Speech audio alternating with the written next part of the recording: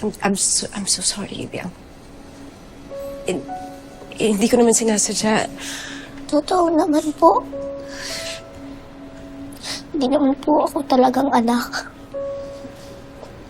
Ibiang. Antayin mo lang muna ako dyan, ha? Antayin mo lang ako. Ayan. Ano yan? Ano sabi mo? Ba't ka nagsasalita ng ganyan sa harapan niya? Hindi ko naman sinasadya.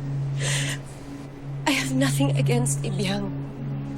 Pero naku-frustrate ako sa'yo. Sinasabi mo sa akin na gusto mo mabuo yung pamilya natin, pero mas inuuna mo pa yung ibang bata kaysa sa sarili mong anak. Ano ibang bata? Hindi ibang bata yan.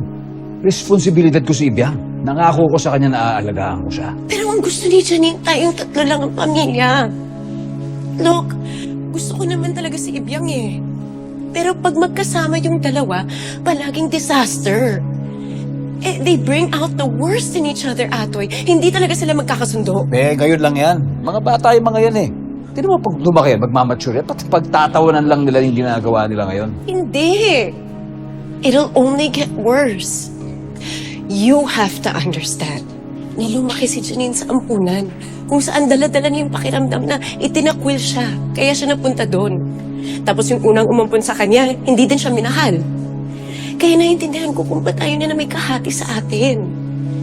Kasi hanggat nandyan si Ibiang, palagi niya mararamdaman na hindi siya magiging sapat para sa atin. Atoy, hindi ito mababaw na insecurity na basta na lang mawawala kapag lumaki na siya. Malalim na sugat to na bitbit niya hanggang ngayon.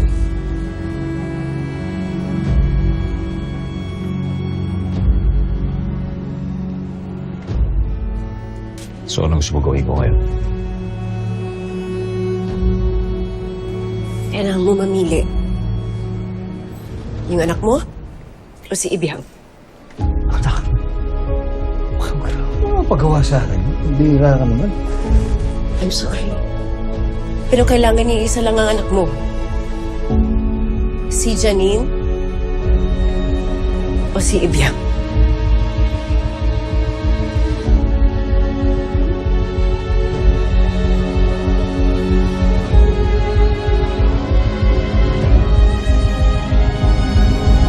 Kakaloka.